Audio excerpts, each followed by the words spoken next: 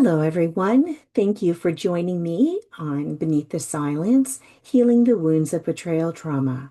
Today's episode is on family betrayal trauma and when those meant to protect us cause harm.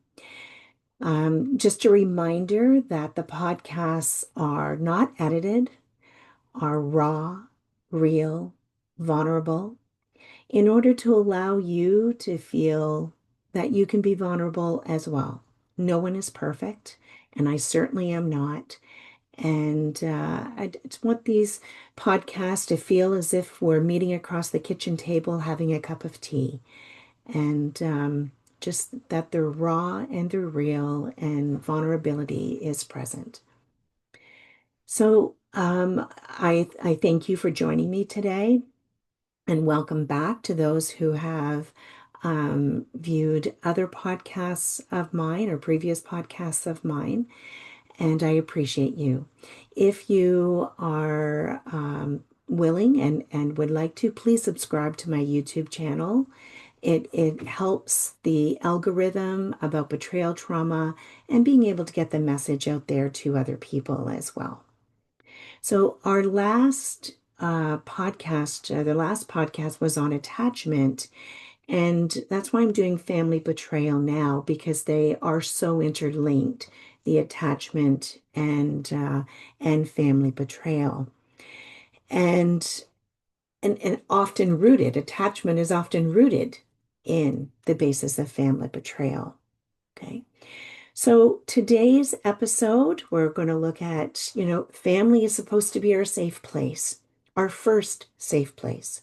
But for many, it's where the deepest wounds are inflicted.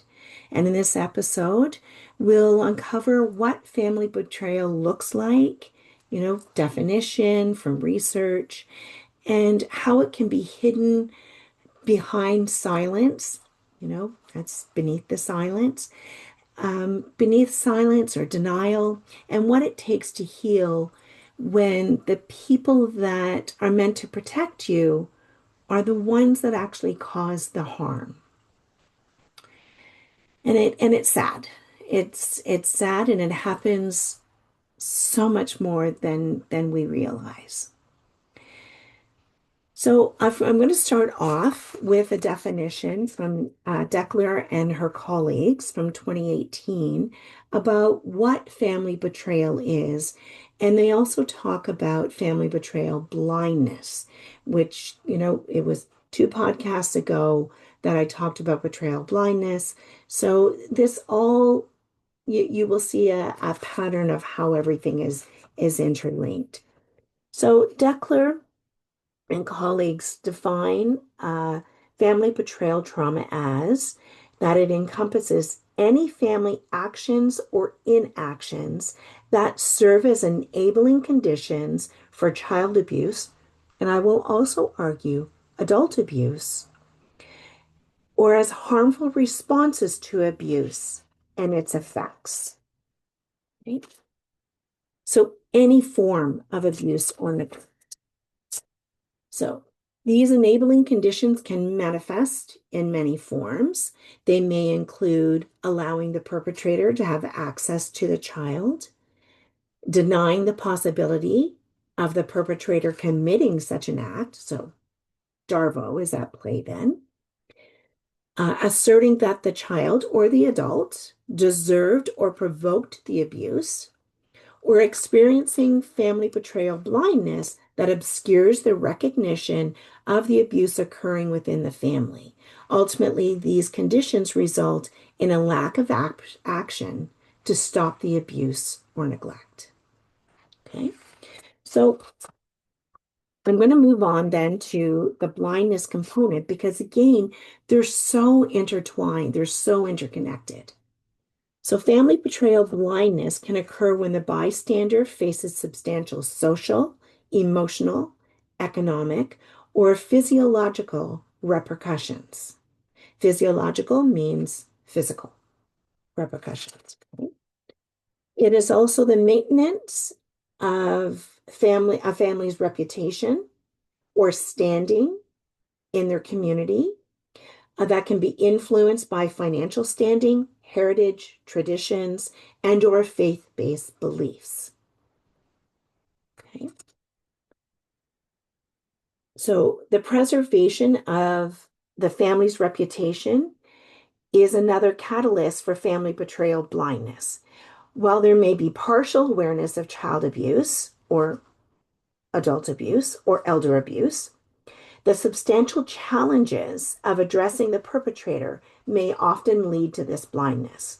So, research indicates that mothers are less supportive when a child reveals sexual abuse if the mother is financially reliant on the perpetrator.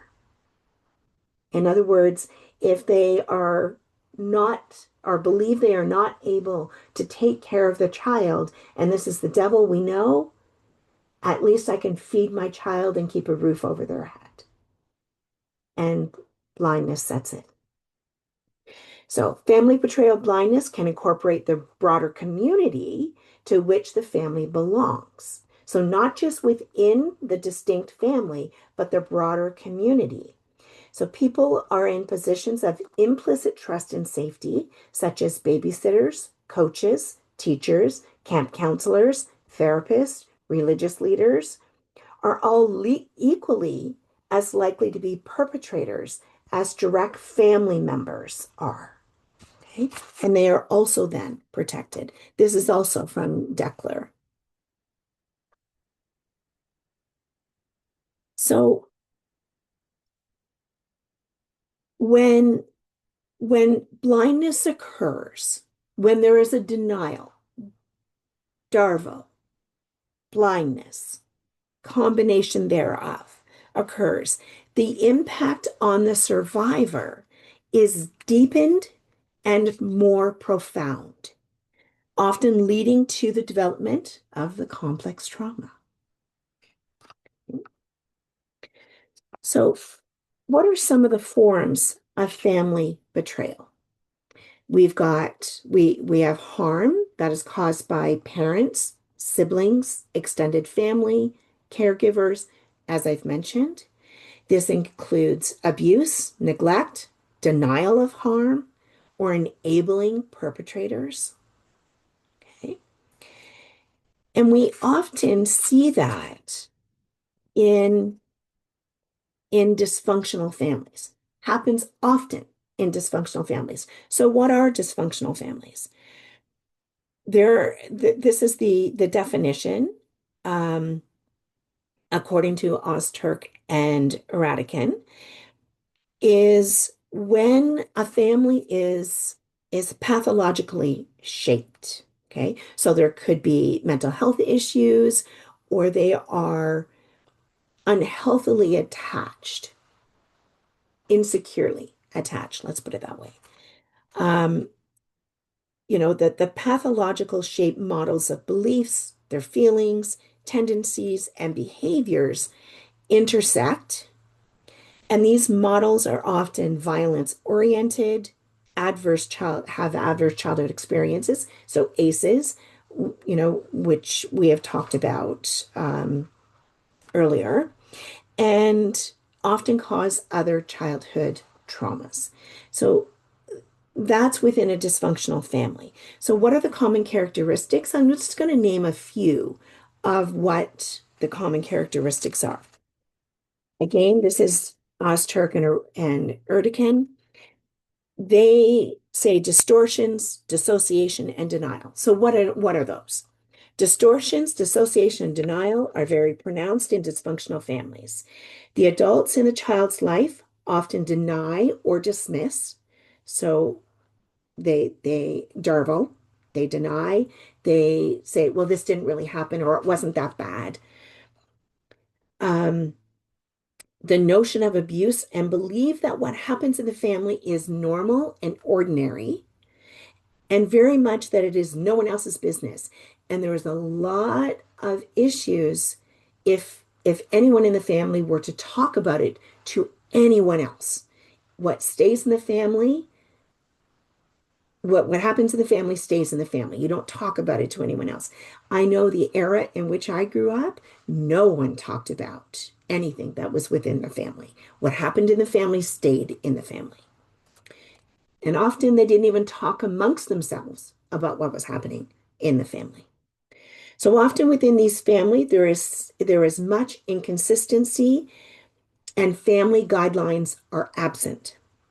I know in one of the guidelines that many families have are curfews, for their kids, teenagers, their curfews.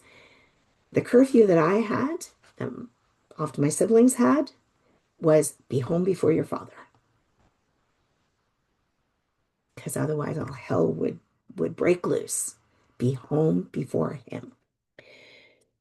A child never knows who they can trust and whom or what is safe. This lends itself to the fact that children experience a higher rate of insecure attachment.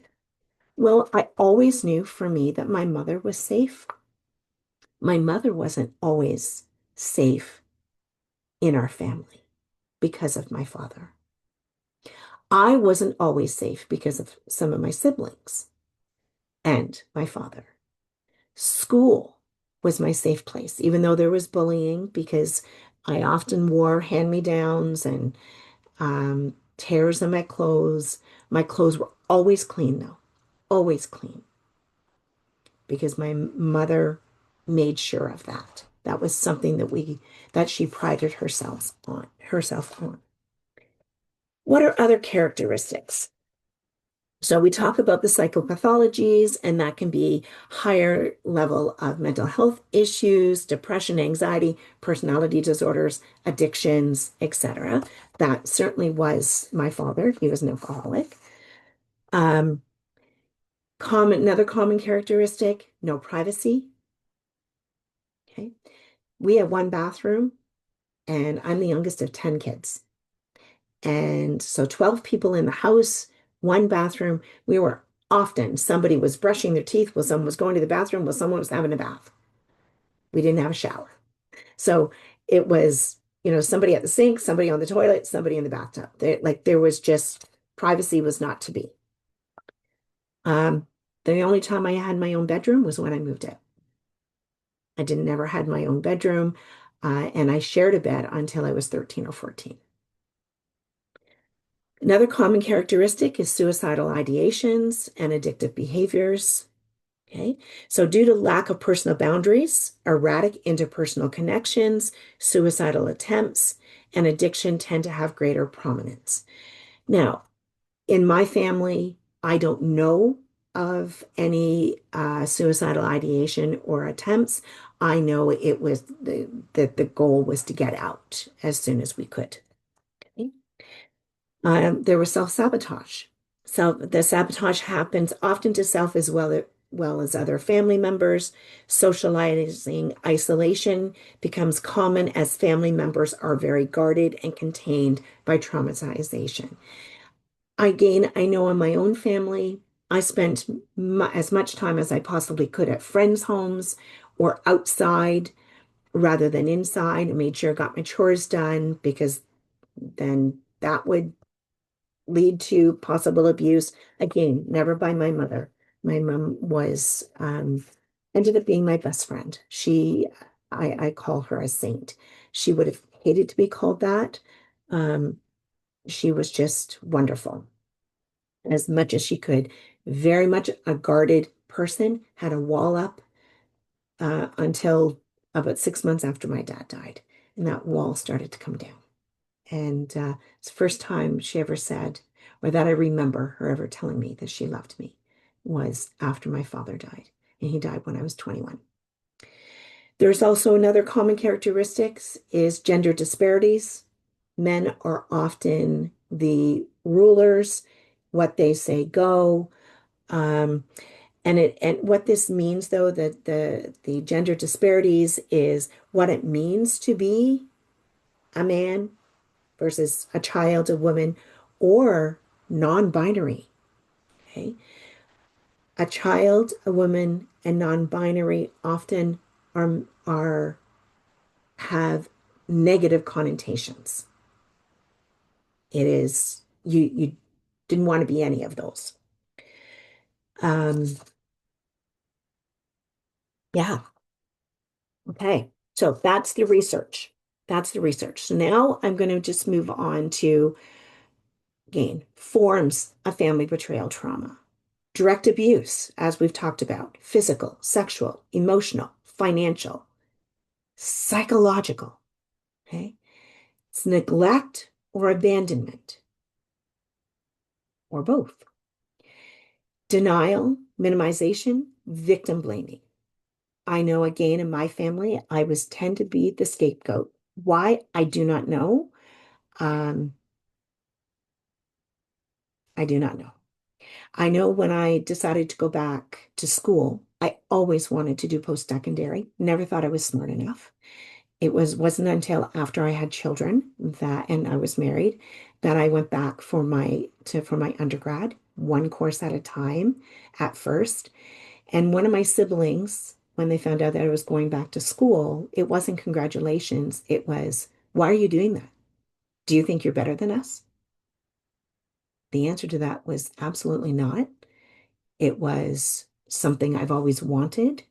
School was always my safe place. I love learning. To this day, I love learning. And but that was the response. It wasn't congratulations, yay, go for it. It was, do you think you're better? Okay. More forms is enabling abuse by protecting the perpetrator. That happens more than anyone would like to admit. And institutional complicity when families involve outside systems. Sometimes it's about keeping the children with the abusers because that's the children say that's what they want because that's all they know. They don't know anything else. That is still love for them. Um, and it's not as I'm I would argue it's not as bad as it was when I was growing up, but it's still not good. I can't say that it is good. So why family betrayal cuts so deeply? Think about that. Well, it's our first attachments. It's and the our primary safety needs are tied to those caregivers. And that can be tied to our first babysitters. We have babysitters, for our first, what, 12 years maybe? Um, Harm from these figures can feel like a threat to survival. Cultural and social, messages are about family loyalty. How many times that family is, you stick with your family, you stick with your family. And that can silence victims or survivors. Signs and symptoms in survivors, there's chronic self-doubt, self-blame, low self-worth, difficulty setting boundaries with family or others, people pleasers, perfectionists, because it just has to be right. But we never reach that level because perfectionism doesn't exist. It doesn't exist. Nothing and no one is perfect. The only perfect is that we're perfectly imperfect. Okay. Internalized shame, that's the internalization. It must be something I caused, I did, and that's why there's shame. And it's repeating harmful patterns in adult relationships. And that may be the unhealthy boundaries, that may be not speaking up when abuse is happening, believing that you deserve the abuse in other relationships. Gain common myths that keep survivors silent. It's family always comes first. They didn't mean it, or it couldn't have been as that bad. You're too sensitive. These are all gaslighting, by the way, psychological abuse components. And then how these beliefs protect perpetrators and re-traumatize the survivors. So how do you heal? Like I said it's reconnecting with self.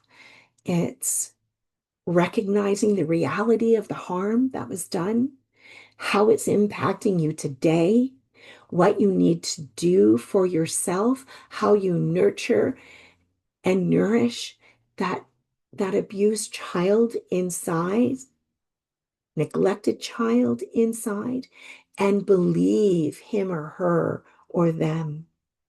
Believe them and treat them as you would your own child today. Treat them as you would as if they were your best friend. Nurture and nourish them. Like I said last podcast, I feel like I gave birth to myself. It's that you've given birth to your younger part of self, and nurture and nourish them today as they deserve and deserved and never got. So there's the therapeutic realm, the different modalities. I'm going to talk about the limbic system in a few podcasts, number of weeks from now and what those look like. But always start with the somatic work, getting to know yourself and what you're feeling inside, and building a chosen family. And that may be from your original family, your biological family, um, your adopted family.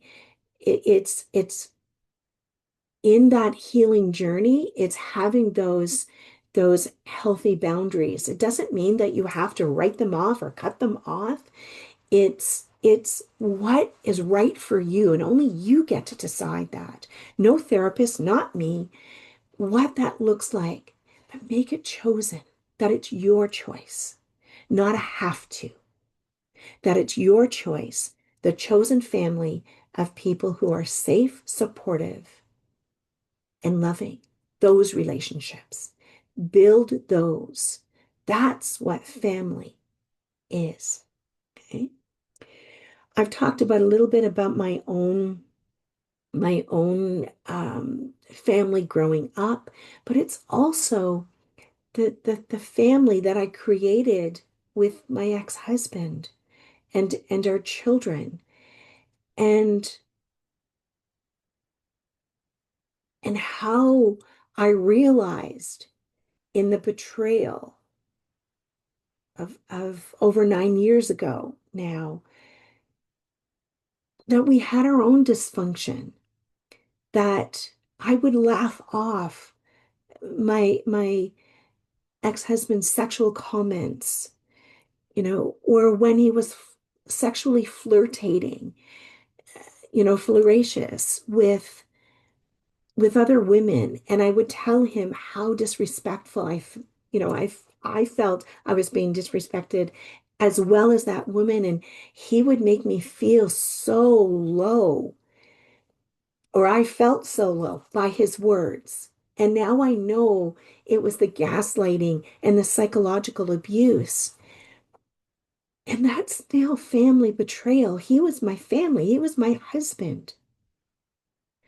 It's not just a one-off or one type. When you have a partner, you know, in the you know, in intimate partner violence, there's so many types of betrayal that is within it. Or, you know. So, what are you going to take away today? 3 takeaways that would like you to think about is that family betrayal can take many, many forms, that not all of them are visible or openly acknowledged, that silence and denial within families often protect the perpetrators and harm the survivors, and that healing may require redefining what family means and building safe, supportive connections outside of blood or marriage ties. Again, it doesn't mean that you have to write someone off or people off. It is that you have those healthy boundaries. And they may not like it. That's on them. That's theirs. You always have to protect what that looks like. And I'm going to do a podcast on what boundaries are because it is so important that we understand the difference between healthy boundaries and making requests. Okay. Our the next podcast is going to be on cultural betrayal trauma. When the culture we trust fails us. And know that our family system is a culture. So there can be more, like I said, more forms of betrayal trauma that you've experienced that you may not even realize that you've experienced. And as always, I want to thank you for joining me today, for sharing my podcast, for subscribing, for liking, and please leave a comment. If there's something that you would like to learn more about or know more about, or as long as you're not a client of mine or even a former client, if you would like to be a part of my podcast and share your story, please send me a message. You can do that through my website, or if you want to make a comment, on YouTube or on Spotify, please do that. Again, it up the algorithm so um, others can find the podcast and be able to not feel so alone. And remember that healing is possible, even from the deepest wounds. You want more resources and access to the podcast, you can find them on my website at sandrajoy.ca. You can message me through the website if you would like to be able to share your story, either with using your own voice. Um, you can do that so we can see you on Zoom, or you can call in, or if you would like me to share your story. Okay. And until next time, take gentle care of yourself. And as always, remember, I see you, I hear you, and I believe you. Until we meet again. Thank you.